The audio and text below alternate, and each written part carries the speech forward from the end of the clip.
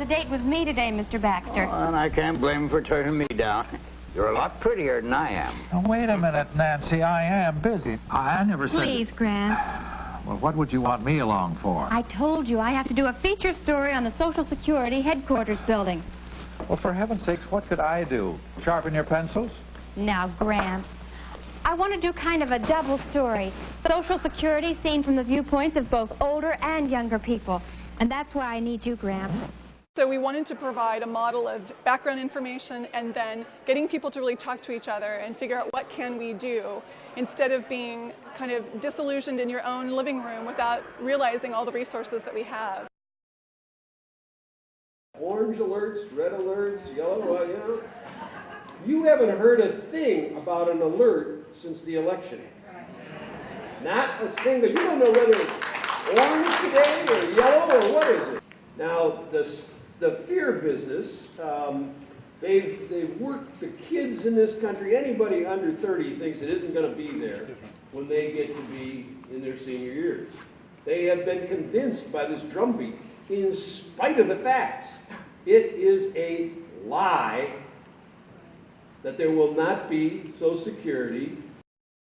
If we did nothing, we could pay 3/4 of the benefits forever. Nothing. Just didn't touch it. So is there a crisis? You know, we're being fed this crisis talk. The same way, by the way, the same kind of drumbeat, Jim, as we remember, that they pulled off of the American people about Iraq and the so-called weapons of mass destruction. Is there a crisis in Social Security? Here are the facts, and these are facts we have to share with everyone everywhere. Social Security has the ability right now to pay 100% of all benefits through the year 2042 without any changes whatsoever. Now, where does that information come from? It comes right from the Social Security Administration. It's from their actuaries.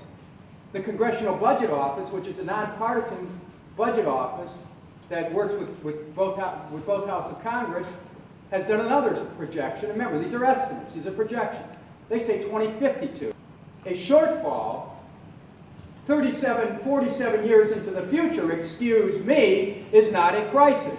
Social Security is financially sound, and no other government entity can say the same.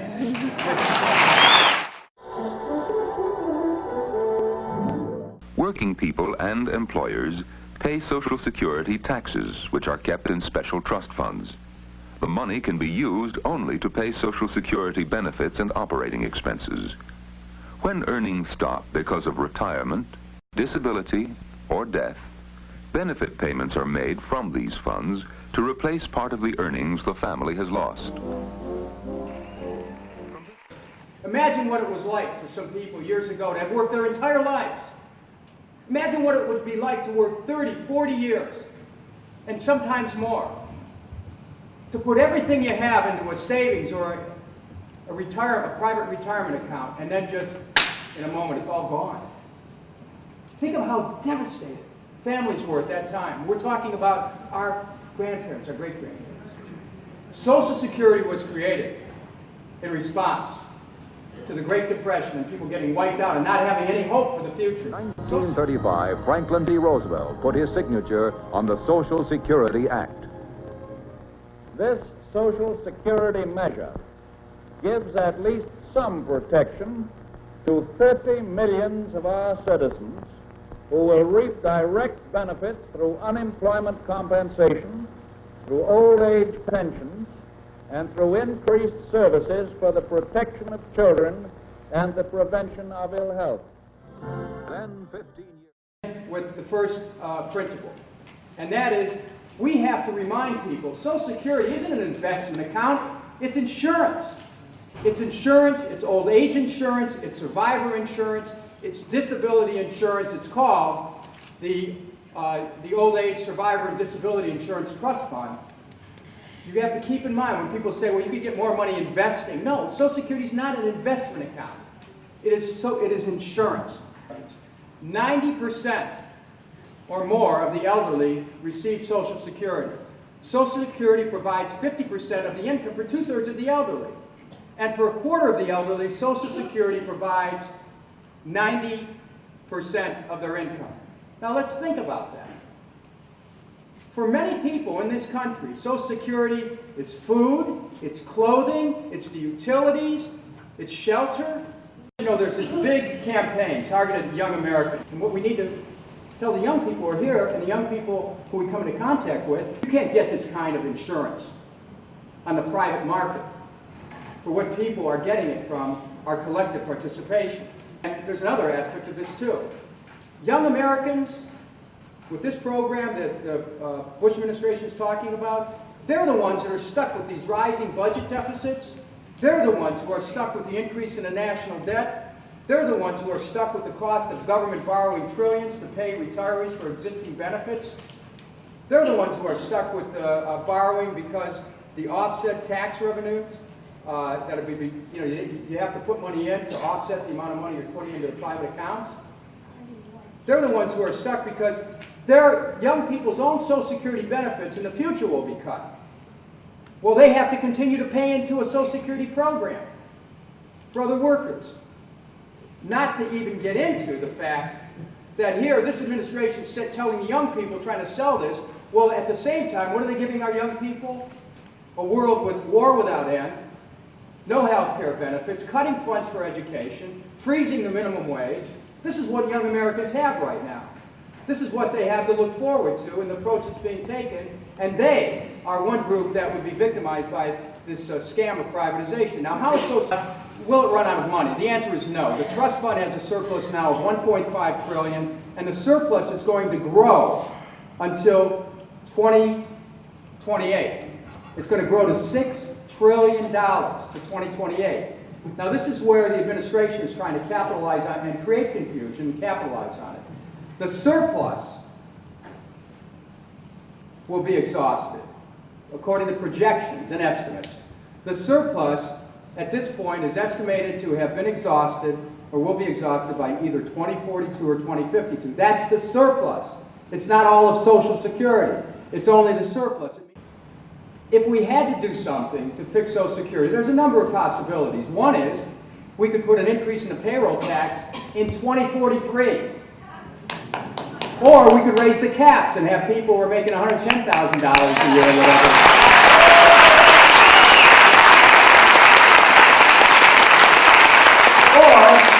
Or you could dedicate some general revenue, like rescinding tax cuts at the top. Hello?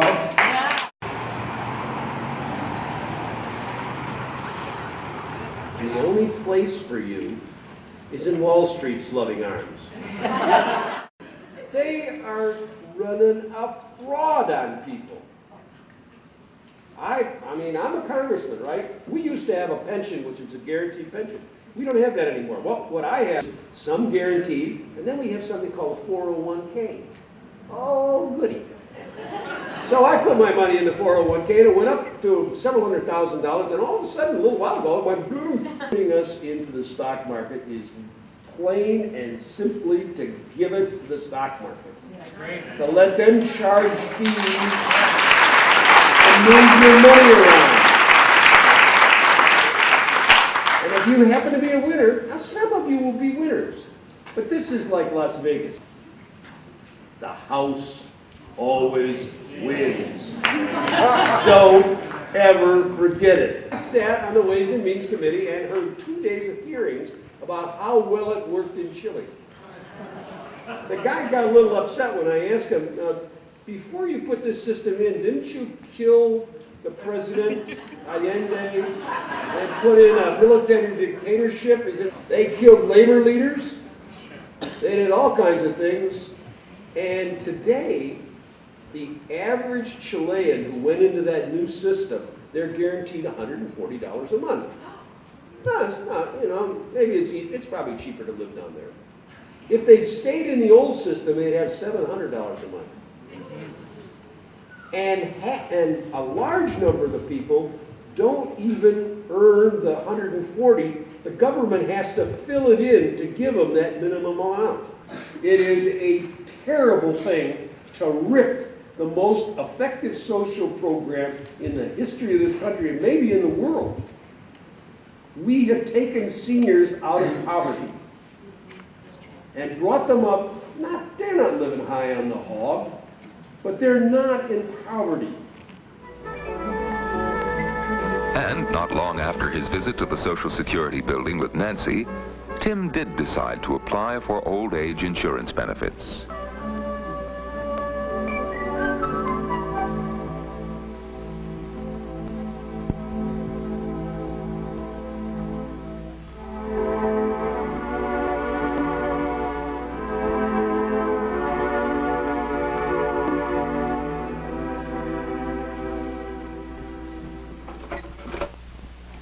Here's your mail, Tim. Oh, thank you, It Sam. just came.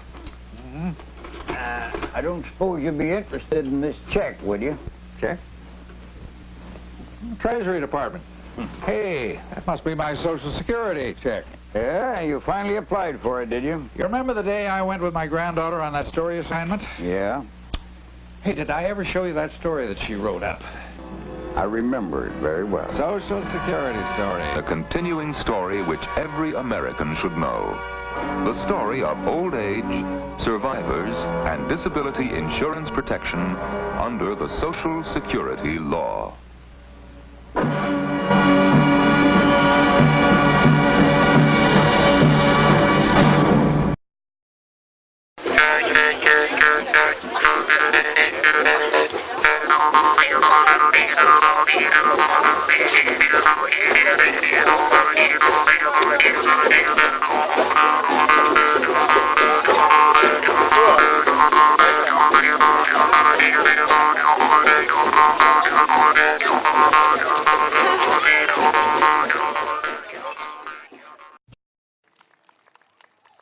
Okay, this next song I have to give a little explanation. I wrote it about a friend of mine who's a member of Alcoholics Anonymous, who had a little difficulty getting with the program for a while because he couldn't find a higher power that he could relate to until recently.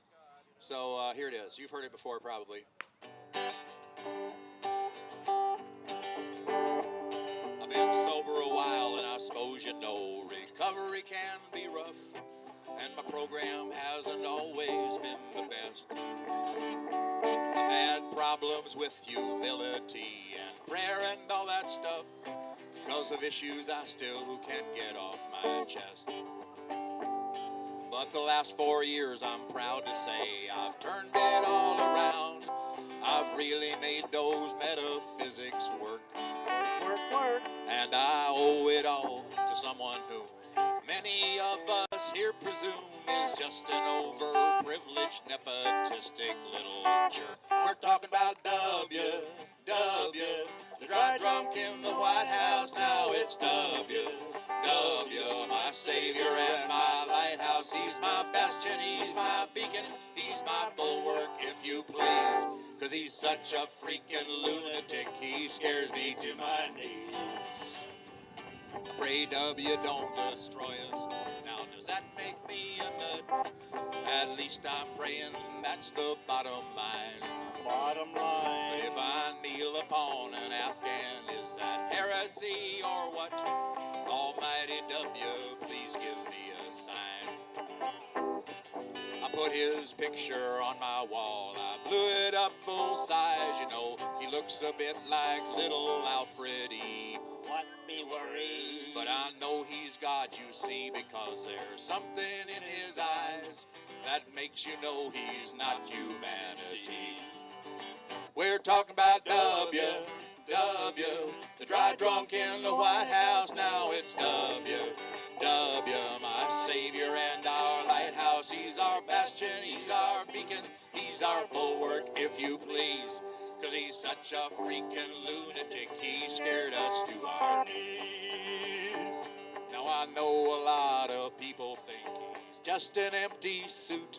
But he's my higher power and my muse. What a muse. 'Cause I could write about 100 million songs a week about his service in the Guard, or where was he on 911, or just from knowing that while single mothers work their fingers to the bone and never get an inch ahead and have to leave the kids alone so they'll all get strung out on crack before they're 8 years old sometimes, and maybe go and shoot their schools but probably end up on the street because there ain't nowhere else to turn since W spent the GNP to shoot off all his dirty bombs to kill some poor Iraqi folks who never did a thing to us, so he'd look macho in his phony flight suit and we'd all just lose our minds and re-elect. Did I say re-elect? That's wrong. Did you elect his ass? Not me. So why are we putting up with him, huh? Why? And all those crazy, ugly, fascist bastard friends of his who just can't wait to get their mitts on everything that we hold dear, which,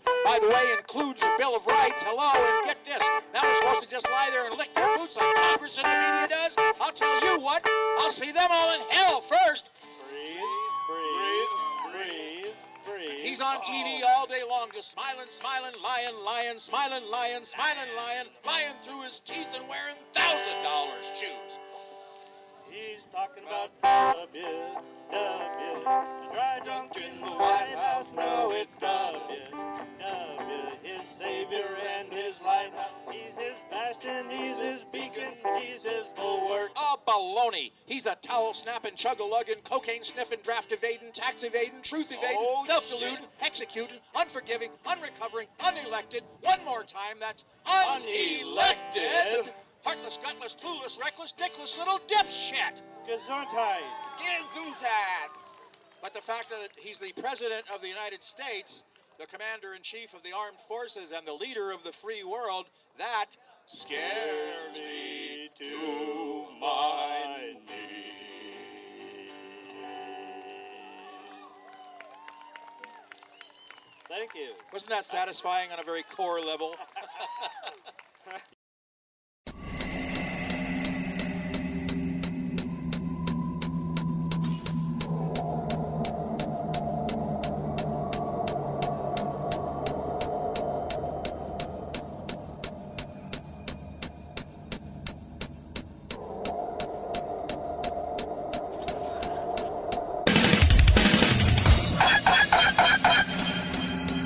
The desire of ours leads to corruption.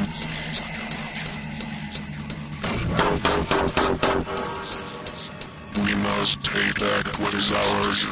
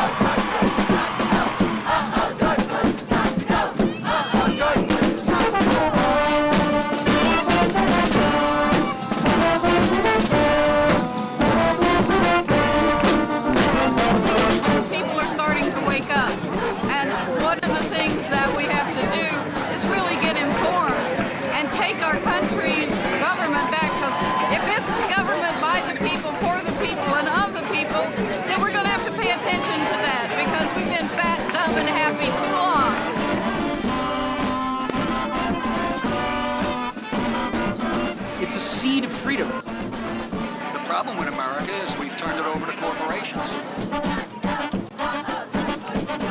We will transcend this.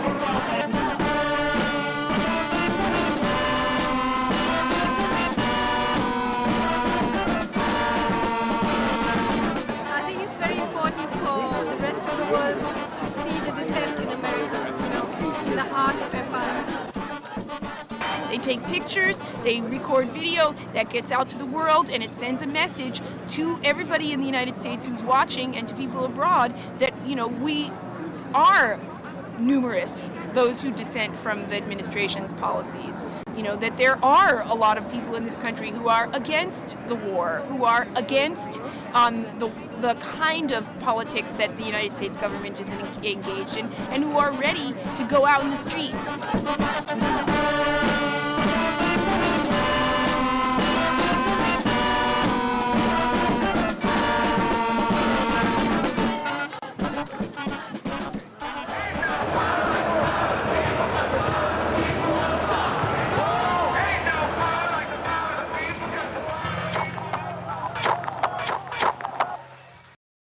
I'm here with PepperSpray Productions at Yesler Terrace, a public housing community in Seattle, home to seniors, immigrants, refugee families, people with disabilities, and others on a limited income. The Seattle Housing Authority is making plans to redevelop Yesler Terrace, the last public housing community in Seattle, and to replace many of the current units with mixed-income housing. The Community Coalition for Environmental Justice is part of a broad-based coalition to create what they are calling a no-displacement zone in Yesler Terrace.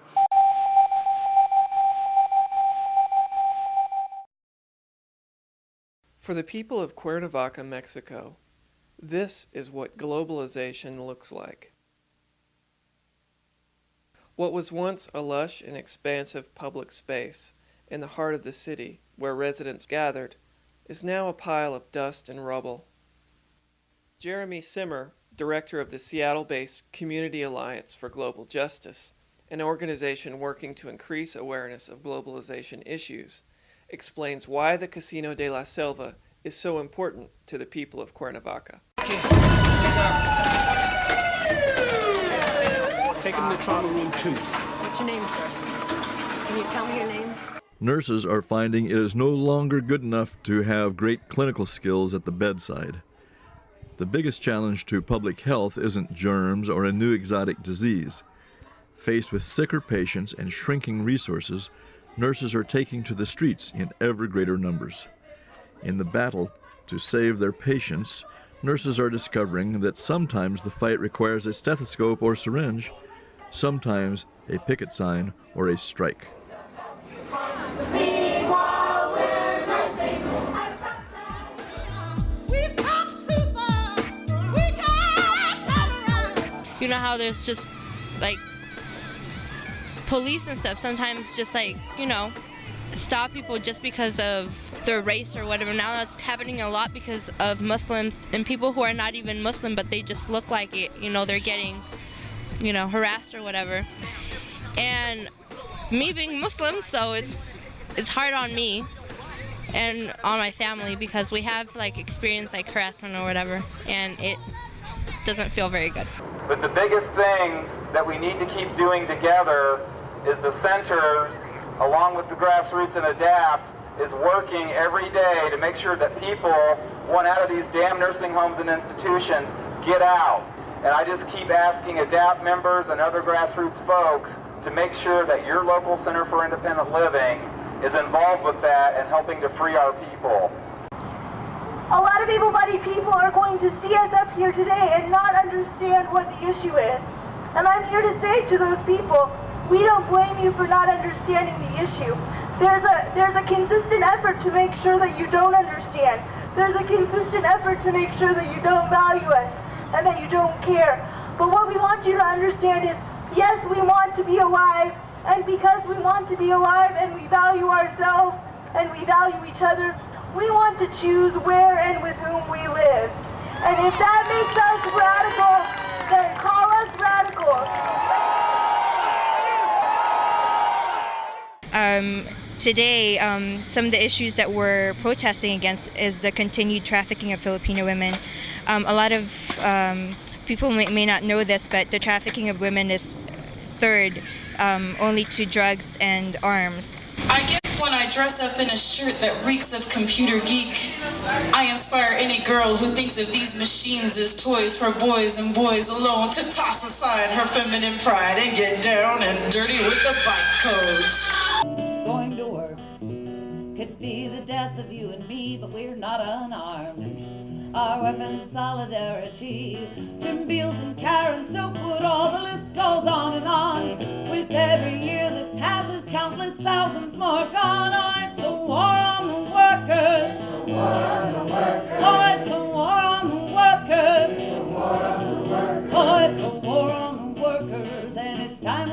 they're calling the shots.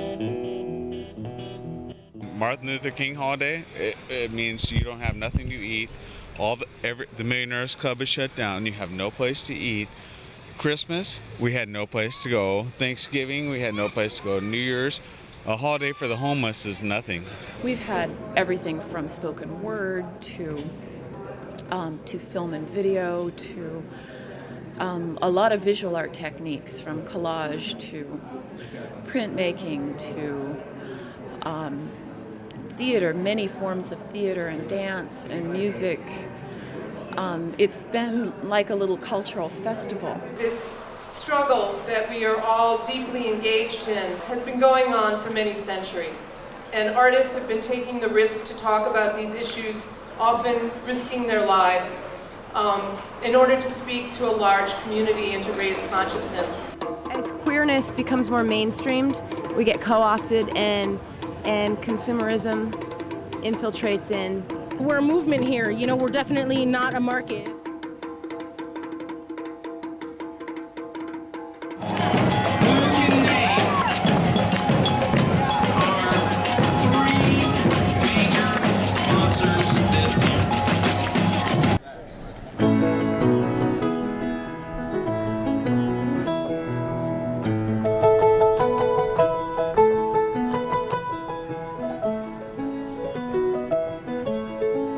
I'm here to basically represent my Muslim brothers and sisters who are suffering, who are dying in Iraq and Palestine, Afghanistan. I'm here to be one with them, to march in unity, so they don't have to live under violence, under fear, under the terrorism that America is basically subjecting them to. War is terrorism. You know, if you attack people, if you make people suffer, then you will only be continuing the cycle of violence. You can call me a fool. That's alright with me, I will live to see this good round world breaking free, yes I will, yes I will.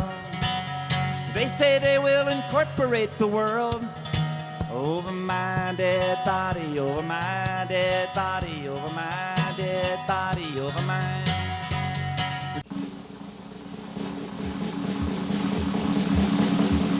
And a ding dong, a lang, a lang, a lang, boom, ba-do, ba-do, ba-do, ba-do. Oh, life could be a dream if I could take you up in paradise up above. If you would tell me I'm the only one that you love, life could be a dream.